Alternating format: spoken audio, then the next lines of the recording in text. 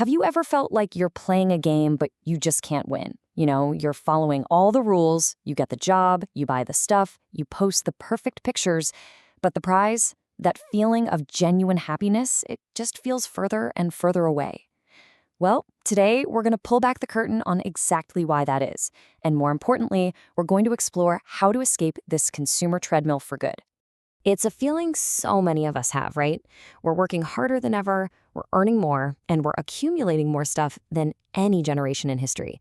And yet, there's this nagging sense of exhaustion.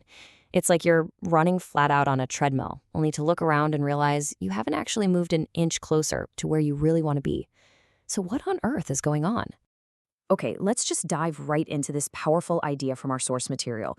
This mass hallucination isn't some complex conspiracy theory. No, it's actually a really simple but incredibly powerful lie that's been woven right into the fabric of our society.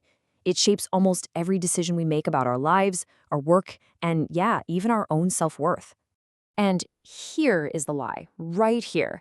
It's presented to us almost like a law of physics. Your happiness is directly proportional to your consumption. Simple, right? The more you buy, the more you have, the happier you will be. It's a really seductive promise. A bigger house, a faster car, the latest phone. Every single purchase is sold to us as another step up the ladder toward pure joy. But think about it. If that were true, our wealthiest people should be the happiest. Our most dedicated shoppers should just be radiating bliss, right? But the reality, as we all kind of know deep down, is very different. So, here's the crucial point. After our basic needs are met, the line on that graph of happiness, it doesn't keep going up. It flatlines, and it often leaves a trail of anxiety and total exhaustion in its wake. So, if we know this lie doesn't really work, why is it so powerful? Why do we keep buying into it? Well, let's take a look under the hood at the engine that keeps this whole hallucination running.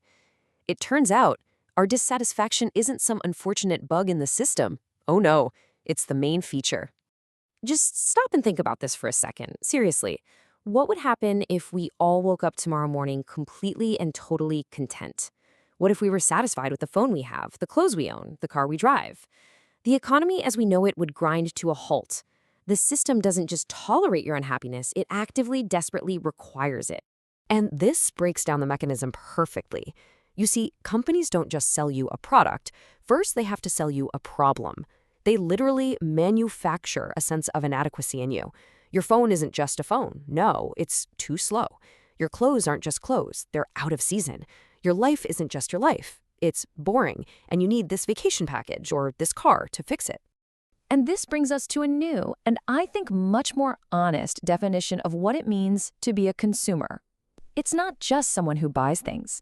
In this system, it's a role you are assigned.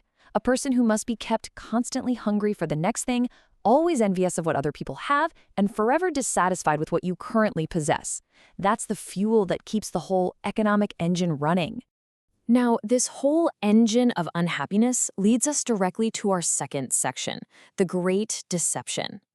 This is a subtle but absolutely critical bait and switch, where we're encouraged, day in and day out, to trade something priceless, our actual life, for something that just looks good, our lifestyle. Okay, so here's the core of the confusion. We are taught from birth to mix up our internal quality of life, how we actually feel, with our external standard of living, what we can show to other people. One is about peace of mind, deep relationships, and real health. The other is about the brand of your car or the price of your watch. One is felt on the inside, the other is just displayed on the outside. And right there, that is the trap. We are conditioned to sacrifice our quality of life. We take on stressful jobs, we go deep into debt, we lose sleep, all in the name of purchasing a higher standard of living. We literally trade our inner peace for a nicer car, hoping that somehow that transaction will make us happy. It never does. The math is always, always wrong. This leads us to one of the most powerful forces that keeps us chained to that treadmill, the desire for status. We're not just buying things, we're trying to buy what we think is the respect and admiration of other people. Welcome to Section 3, what we're calling the peacock trap. I mean, this quote just says it all, doesn't it? It perfectly captures the absolute absurdity of the whole cycle. It's a performance.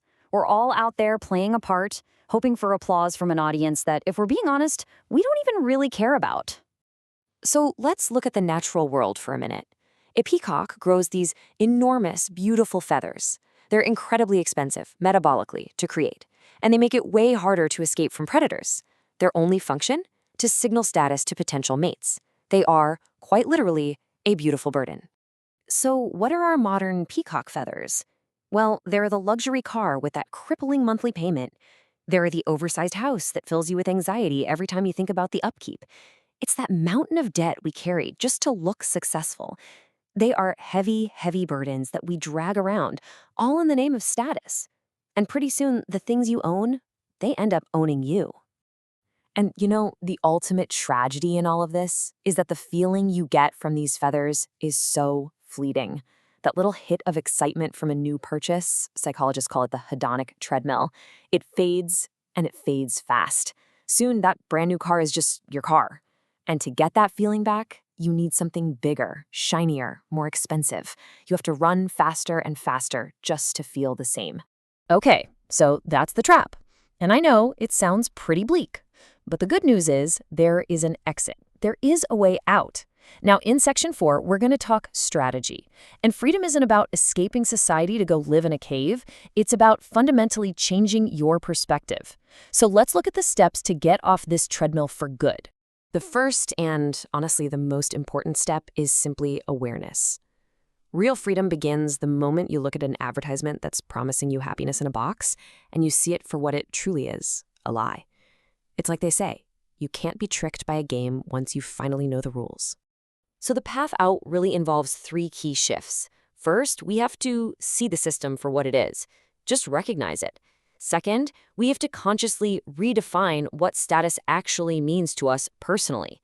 And third, we need to shift our focus from accumulation to appreciation, from constantly wanting more to wanting what we already have. Let's really focus on that second step, because it's huge. This is about a personal revolution. It's about consciously rejecting the old definition of status, which is all based on what you own and what you can show off, and instead replacing it with a new one that's based on who you are, your integrity, your kindness, your character, and what you actually give back to the world. Ultimately, this whole thing comes down to a choice that is entirely yours. You have the power to change the definition of rich. It doesn't have to mean a big bank account.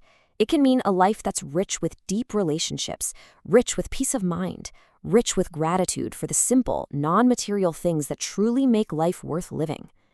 So, I'll leave you with this one question to think about. What are the heavy feathers that you're carrying around? The possessions, the debts, the anxieties you're holding on to just to signal your status. And which ones? Which ones can you decide to just let go of starting today so you can feel a little lighter and a whole lot more free?